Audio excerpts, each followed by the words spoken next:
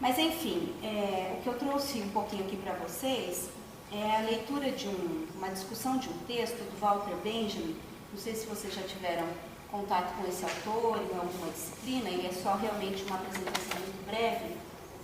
O Walter Benjamin, neste livro Magia e Técnica, Arte e Política, ensaios sobre a literatura e história da cultura, existe um capítulo aqui chamado O Narrador, né? Considerações sobre a obra de Nikolai Leskov. Nesse texto, Walter Benjamin, que é este sujeito, este autor, né? Enfim, nascido em 1892, falece em 1940, que é um frankfurtiano, aqui não está aparecendo, deixa eu ver aqui, peraí. Ô Pim, vem passar aqui para mim, por favor.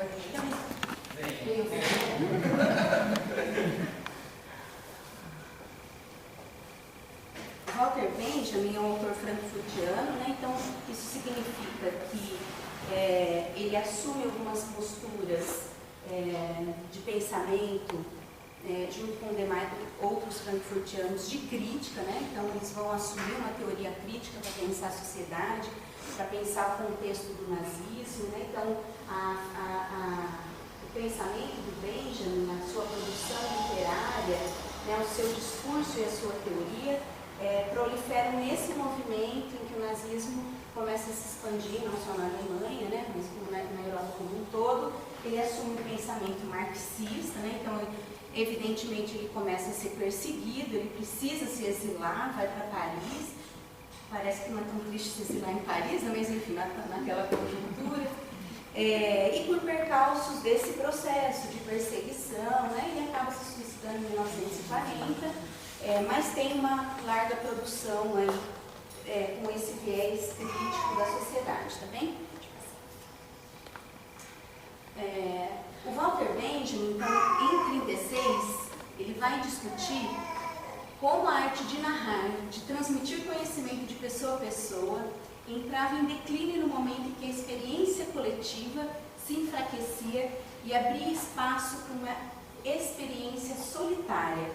Então, Walter Benjamin vai começar não só com o contexto de reconfiguração da vida em sociedade por conta desse movimento, né, de construção de uma guerra, de um processo de destruição de cultura, enfim, né? Ele vai começar a pensar como que a narrativa também está sofrendo esses impactos, né? Enfim, pode passar a referência daqui desse texto, deste livro. Então, nesse texto, existe uma singularidade que é tomar, então, ele vai analisar a obra de um outro autor russo, que é o Leskov, como sendo o elemento-chave de diferenciação entre o que é o narrador e o romancista. E aí Walter Benjamin é um pouco ousado em dizer que a produção do romance, nessa estrutura ficcional, ela teve um aspecto um tanto quanto negativo até, porque essa oralidade, que foi o que a Natália falou, que o Pim apresentou também na transição, que é essa oralidade onde os sujeitos se encontram para contar suas lendas, para contar, falar sobre suas viagens, para falar sobre os seus modos de vida. Segundo Benjamin, o romance, ele vem um pouco e desestrutura esta estrutura narrativa oral. Então é aí, nesse ponto, sobre esse narrador que Walter Benjamin vai dizer que ele está morrendo. Esse narrador que traz esse tipo de oralidade, tá?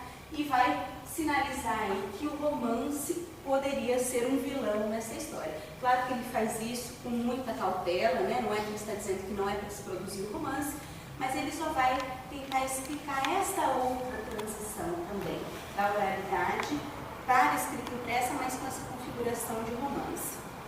Então, aqui só fazendo uma pequena leitura, né? Então, o narrador, por mais, isso aqui é a introdução do texto Benjamin, né? O narrador, por mais familiar que nos soe esse nome, não está absolutamente mais presente entre nós, em sua eficácia viva. Ele é para nós algo de distante e que se distancia cada vez mais. De que narrador ele está falando? Desse. Né? Em que momentos vocês já se perceberam na atual conjuntura de acesso rápido à informação e tudo mais? contando histórias das suas trajetórias. A gente quase não cria mais não cria e também não tem mais condições de participar desses contextos de troca oral, de experiências de vida, de falar sobre viagens, né? Tudo bem que a gente posta uma foto no Facebook e a gente recebe uns likes, mas a narrativa por trás disso, esse narrador, ele já não consegue mais se manifestar tanto. Então, enfim, mas pode passar. Aqui é só um pouco uma apresentação de algumas obras do Lekovsky, que é o autor que o Walter Benjamin se apoia, mas não é o fruto da nossa observação. Pode passar? Uma capa de um livro do Leskov, Peregrino Encantado, que o Walter Benjamin fez prefácio, mas tudo bem? Enfim, e aí o desenho pelas tradições artesanais de comunicação oral vai trazer consigo, então, a perda da sensibilidade pelas experiências coletivas e pela dimensão utilitária que injeta a sabedoria de dar conselhos do narrador. Então, essa morte, né, prevista aí pelo Benjamin, não é só a morte desta ação oral de contar e compartilhar histórias. Nós estaríamos perdendo algumas aptidões também, algumas habilidades, algumas sensibilidades sobre como contar essas histórias. E é verdade, a gente não pratica, não é verdade? Nós fizemos uma primeira atividade na sábado passado, que foi de contar uma pequena memória da infância ali. Primeiro que a gente até passou a atividade antes do intervalo, para dar tempo da gente lembrar, porque a gente não se vê nessa situação mais, de ter que lembrar uma história, de ter que contar, e de ter que trazer essa sensibilidade, que é o que Walter Benjamin está dizendo que a gente está perdendo, né? Então, foi um exercício também para tentar recuperar, como a Natália disse, esse narrador que todo mundo tem dentro de si, que a gente não tem mais tanto espaço, tanta oportunidade para que ele se manifeste, certo? E aí também um detalhe importante, como você fala da Natália Lupini, é que essa oralidade, esse narrador oral do Walter Benjamin, essas narrativas que são transmitidas, ou que eram transmitidas oralmente, elas têm uma função muito prática, realmente de estruturar culturas, comunidades, modos de se fazer coisas, né? Então, a morte do narrador e dessas narrativas também se configuram talvez como uma perda deste senso prático, dessas trocas de saberes, né? De como fazer as coisas, né? Eu, particularmente, hoje, até talvez uns 15 anos atrás, as minhas memórias de como fazer um artesanato, de como fazer um doce, vinham da minha avó me ensinando ali. Hoje eu já nem acesso mais essas memórias rapidamente, eu vou buscar qualquer, não é nem mais a receita, é o vídeo, né? Então, esse senso prático da narrativa oral também, isso era, enfim, invertendo. Na verdade, isso que hoje a gente está usando a tecnologia para mediar, era um instrumento da oralidade, né? Mostrar como fazer as coisas, certo? Então, segundo Benjamin, o primeiro critério para se contar histórias, justamente essa natureza oral, que agora, ele um pouco radical, está sendo perdida. Aquele que mais se aproxima da circulação dessa fonte oral também é quem escreve as melhores narrativas. Aí, Walter Benjamin vai dizer que nós tentamos trazer essa capacidade ou de construção da história oral para a impressão, para tentar popularizar também essa oralidade de modo impresso, né, que isso ajuda, mas não é suficiente. Então, para o filósofo, vão existir dois tipos básicos de narradores, que seriam aqueles que vêm de longe e contam suas aventuras, como bem a Natália apresentou, né, encarnados aí na figura de um marinheiro, de um comerciante, e aqueles que vivem no seu país, que conhecem as histórias, que conhecem os costumes, né? E essas eram as duas categorias muito marcadas de quem contava histórias até então. Né? Pode passar. Então, retomando o narrador, esse narrador que o Walter Benjamin sinaliza que está morrendo, né? Voltado para interesses práticos, as histórias sempre tinham algo de útil, né? Sempre tentando passar aquela moral da história, ou tentando ensinar alguma prática, algum ofício, ou formalizando alguma norma de vida para que ela pudesse ser incorporada nos hábitos e costumes de alguma comunidade. Então, o narrador é aquele que sabe dar conselhos, né, que sabe contar exemplos de vida, e é este sujeito, com essas características, com essas competências, que Walter Benjamin diz que morreu. O autor, então, vai oferecer várias razões históricas e sociológicas para sinalizar que este sujeito... eu acho que a morte é a palavra bem pesada, não morro. A ascensão do romance, então, como dito, para Benjamin é um dos principais sintomas de que este sujeito está perdendo espaço na arte de contar histórias que o livro estaria assumindo, só que com características de ficção, né, extrapolando essas outras funções da narração. Pode passar? E aí, aqui, para já encerrar e problematizar um pouco, né, no contexto da nossa CIEP, Walter Benjamin, e principalmente no contexto da ciência da informação, no nosso curso de biblioteconomia, né, a gente se propôs a ofertar essa CIEP, o Walter Benjamin ele vai trazer um outro agravante nesse processo, que é a informação. E, como a Natália também disse, né, o fato da informação ser efêmera e o quanto isso tem interferido na confiabilidade ou nos processos de construção dessas narrativas orais, né? E nós, pelo menos no curso, a gente trabalha muito com informação e tenta querer definir o que é informação e acha que o que a gente faz é transmissão de informação, né? E a informação, ela é muito objetiva, pontual e ela faz um sentido em determinado momento e pode ser confundida aí um pouco com notícia e o valor, o significado dessa informação se perde rapidamente, né? Então, a informação ela tem assumido o lugar da narrativa. A narrativa, essa passada oralmente, ela não se perde de um dia para o outro como informação. Então, um outro agravante que Benjamin já disse lá em 36 é que a informação ela está também ocupando o espaço que deveria ser dessa oralidade, dessa narrativa oral, né? E aí o questionamento que eu colocaria para a gente conversar um pouquinho, antes de passar para o pessoal que já chegou, né? O que vocês acham hoje, né, diante um pouco desse breve cenário apresentado, como é que está a oralidade, como é que está a função de contar histórias hoje? Vocês acham que ainda faz sentido a gente querer estar contando histórias? O que a gente quer com contar histórias? Por que não, como Natália acho que disse, né, mas vamos mandar todo mundo ler e está tudo bem, para que esse mediador? Né? E por que retomar a oralidade? Não sei. Vocês acham que a tecnologia está ajudando ou não a matar ou ressuscitar o narrador?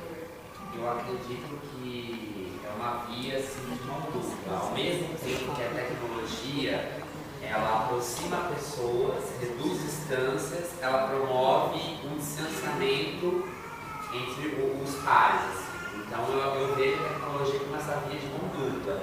Ela conecta pessoas de diferentes localidades, né? E ela promove um distanciamento entre pessoas de curta localidade, né? E eu acredito assim, que a contação de histórias, a narração de histórias, especialmente assim, acho que envolvida no âmbito escolar, principalmente familiar, ela ajuda a criar na pessoa essa sensibilidade, esse senso de pertencimento ao coletivo, de ouvir o outro, olhar para o outro, se colocar no lugar do outro.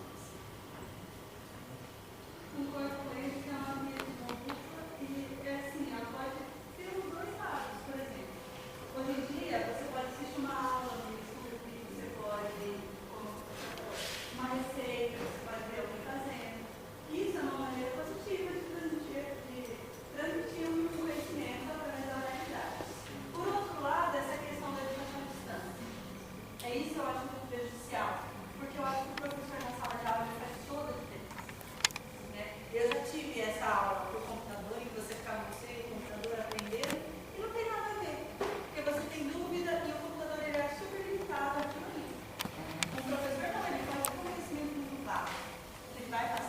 Então eu acho que ela pode ter essas duas funções, uma que é positiva, muito positiva, e outra que é negativa. E por outro lado, também na sala de aula eu vejo muito o professor pegando o livro e lendo para o aluno. Ah, vamos contar uma história. Aí ele leu. Isso para mim não é contar história. Isso já veio também. Isso é ler. Você está lendo, o aluno mesmo pode ler. Então eu acho que você tem que aprender, a gente tem que focar nisso, investir nisso, aprender a contar a história. E não só os livros também, pode ser como vai passar aqui, história de vida, história da nossa tradição, do nosso. Eu acho que essa questão da informática, da tecnologia, ela tira um pouco a questão de afetividade. Por exemplo, você e normalmente todo mundo tem um celular, todo mundo está conectado todo o tempo, mas essa questão da oralidade, ela traz uma questão de afetividade. Quando nós estamos falando, por exemplo, isso da pedagogia, quando a gente está falando uma criança, né, aí essa questão de colocar para a criança o emocional, né, é uma questão diferente. Quando você pega um livro para ler, ou conta uma história, faz uma anotação, você está colocando sentimento ali. Por exemplo, eu posso pegar um livro e ler totalmente como uma história de fantasia. E a pessoa pode pegar o mesmo livro e ler como uma história de terror. Né? Então, assim, é o passar do sentimento. Por exemplo, tem gente que tem Facebook, tem 5.000 amigos. Quantos deles realmente você tem a questão de afetividade? Né? Então, essa questão de resgatar a oralidade é mostrar para a criança que é importante sim esse sentimento de pertencer, mas de pertencer a alguma coisa até uma substância. Não simplesmente de ser visto, ouvido, ser mais importante do que ter. Porque o que a internet traz para a gente é o ter. Eu tenho amigos, eu tenho condições de ir a algum lugar, eu tenho condições de fazer aquilo. Olha como eu sou popular. Mas e o que eu sou, de verdade? Então, eu acho que a oralidade, ela resgata. As famílias perderam essa questão, né, de oralidade, quando perdem essa questão de oralidade, quando elas não fazem essas tradições, esse momento de contar a história, é uma coisa de aconchego dentro da sociedade. No meu caso é diferente. Eles falaram que sempre uma luta, mas no meu caso, no início, já é totalmente diferente. Por causa que a internet, ela tira, ela já tira a estrutura ou de dentro da comunidade. Já é diferente. Porque no meu caso, eu tenho dois irmãos, duas crianças, e eu observo, eles ficam ali no celular, assistindo uma peça,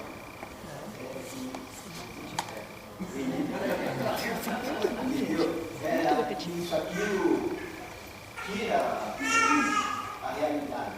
É uma organização, né, da educação Então ela tira a realidade, porque não tem nada a ver. Eu fui ver assim que ela ensina. Eu olhando como criança, eu vi que ela tinha muita visão de criança. Não passa a realidade. Então no meu caso, por isso que no meu caso é diferente.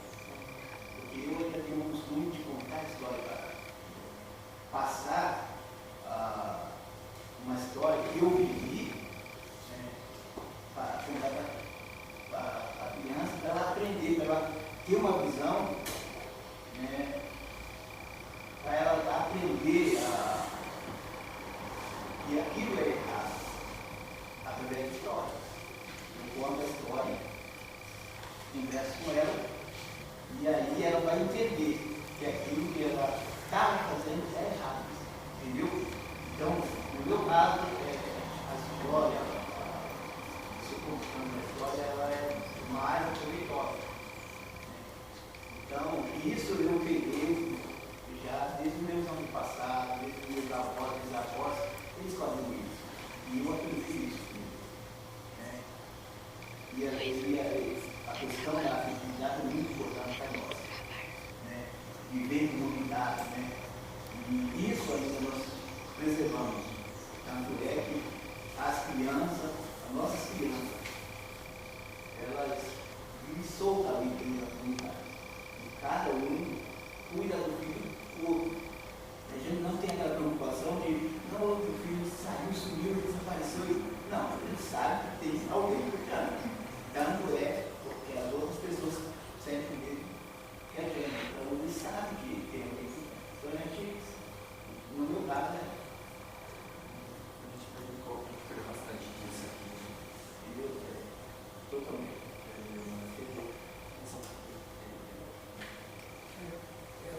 Estou bastante contemplada com a fala desses dois últimos aí, acho que eu tenho pouco a acrescentar, mas eu acho assim que todas as tecnologias de informação, elas trabalham mais o cognitivo, o conhecimento, né? Mas a gente tem esse outro cérebro, que é o cérebro da emoção, não é? É o cérebro, e o cérebro também da sobrevivência nossa, que exige esse outro lado de afetividade, de relações, de aconchego, e que está se perdendo. E aí eu vejo assim que eu conto muita história para os meus netos, né? Eu sou muito diferente, estou no patamar. E assim, ele é no momento de dormir, no entardecer, etc. E aí que tem esse aconchego que a criança, ela vai relaxando e vai sonhando, no outro dia ela fala. E eu acho que tudo isso aí está faltando. E a gente vê, inclusive, esse outro desenvolvimento, sem ser somente a cognição, está afetando, inclusive, na sociedade. Né? A gente vê os professores nos Estados Unidos, na Inglaterra, que eles têm medo de aproximar das crianças, né? Porque podem ser processados por, sei lá, bullying, sei lá o que é. Qualquer coisa, não é? Que já é eu acho que já é uma consequência de toda essa distanciamento dos seres humanos e acreditando que só a informática, né, as tecnologias de informação vão dar conta de tudo. E mesmo eu vejo assim que a falta dessa experiência, a diminuição dessa experiência coletiva indo para essa outra, afeta inclusive as saídas para a sociedade hoje, né? Hoje nós estamos todo mundo aí com o saco cheio, né? E a gente não sabe o que fazer, né? E do que está acontecendo no país e no mundo, né? E eu acho que é em função também disso, a gente perdeu essa experiência coletiva, sabe? De conversar. Imagina, agora se faz assembleia, decisão pela internet. O que é isso? A gente não está olhando o outro, a assembleia dos professores.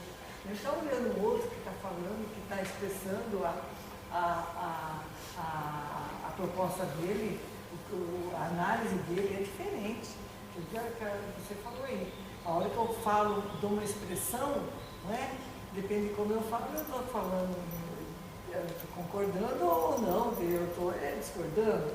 E isso é presencialmente, não é? Não é colocando aqueles sinaizinhos lá. Então, eu tenho bastante tempo. Eu acho que a oralidade ainda existe, por exemplo, da minha experiência aqui no trabalho da DAD, né? Assim, por exemplo, na hora do café, na hora de uma reunião dos funcionários, na hora de uma assembleia, e é tudo por oralidade, no oral. O telefone quebra um pouco isso, porque às vezes se dá você falar o telefone, você acaba ligando. Algumas coisas são mais complicadas